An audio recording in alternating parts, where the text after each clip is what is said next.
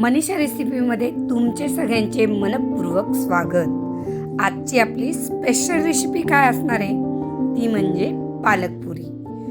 तर पालकपुरी एकदम crispy, tasty आणि मुलांना आवडेल अशी, कारण मुलं पालक खायचं म्हटलं की कंटाळा करतात, पण पालकपुरी म्हटलं की ती अगदी आवडीने खाल्ली जाते। यासाठी आपल्याला लागणार आहे ताजा पालक निवडताना त्याची देठ वेगळी करायची आणि पुढचा जो पालकचा पाला आहे तो आपल्याला जास्त प्रमाणात घ्यायचा आहे। तर आधी आपण देठ वाटून घेऊया। यामुळे काय होतं, आपला देठाकडचा भाग आपल्याला गाळून घेता येतो।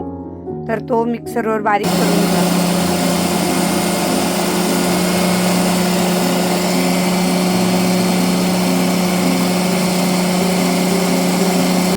इथे वाटताना मी थोडंसं पाणी घातले आणि इथं एका चाळणीवर हे मी ओतून घेतले आणि ते आपल्याला प्लेटमध्ये व्यवस्थित गाळून घ्यायचंय या पद्धतीने। आणि जो उरलेला जाडसर भाग वरती आहे तो सुद्धा घट्ट पिळून घ्यायचा आहे आपल्याला, म्हणजे पूर्ण जीवनसत्व जे आहेत ते आपल्याला या पाण्यामध्ये मिळले जातात। तर मसाल्यामध्ये भरपूर प्रमाणात लसूण, हिरवी मिरची, जिरं, चवीपुरतं मीठ हे सर्व वाटून घ्यायचे। त्यानंतर वरून आपल्याला थोडासा ओवा घालायचा आहे आणि भरपूर सारे सफेद तीळ आपल्याला वापरायचे आणि थोडंसं हिंग, आणि हे सर्व छान मिक्स करून घ्यायचे।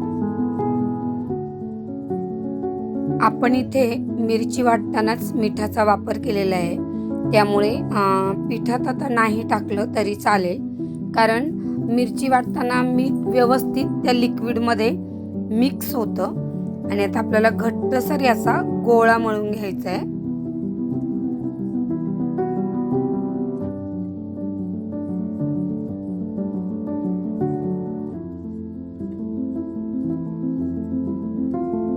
पीठ मळून झाले की त्याला तेल लावून घ्या आणि छान अशा पातळ पुऱ्या लाटून घ्या।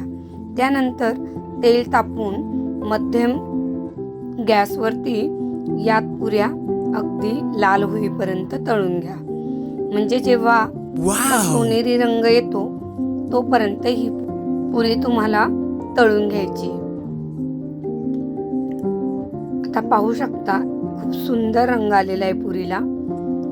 एक पालकमुळे तिला नॅचरल हिरवा रंग आलाय।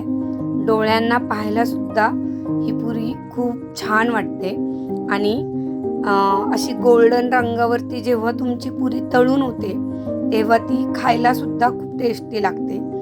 गरमागरम पुरीची टेस्ट सुद्धा खूप छान लागते आणि ही पुरी तुम्ही प्रवासात सुद्धा घेऊन जाऊ शकता अगदी सहजपणे। 3 ते 4 दिवस ही पुरी तुमची खराब होत नाही। आणि सोबत मी थोड्याशा कोबीच्या वड्या सुद्धा केल्या होत्या, तर मी त्या सुद्धा तळून घेतलेल्या आहेत आणि त्याची पण आपण रेसिपी टाकलेली आहे, खाली लिंक पण मी टाकत आहे। तर याच पद्धतीने आपल्याला सर्व पुऱ्या आता तळून घ्यायच्या आहेत।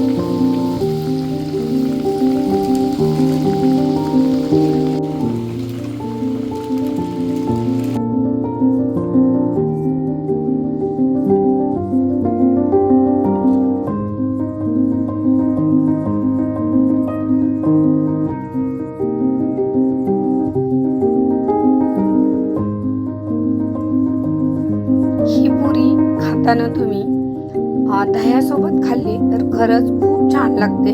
तुम्ही नक्की ट्राय करा, किंवा जर तुम्हाला सॉस सोबत आवडत असेल तर तुम्ही टोमॅटो सॉस सोबत सुद्धा ही पुरी ट्राय करू शकता। काहींना तर चहा सोबत सुद्धा ही पुरी फार आवडते। तर आपण आपल्या आवडीनुसार ती खायची आहे आणि नुसती खाल्ली ना तरी सुद्धा खूप अप्रतिम चवीची लागते आणि मुले सुद्धा आवडीने खातात। त्यामुळे त्यांना थोडंसं असं वेगळ्या पद्धतीने करून घाला।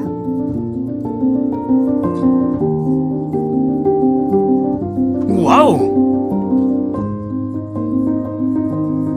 किती रंग सुंदर वाटतो याचा।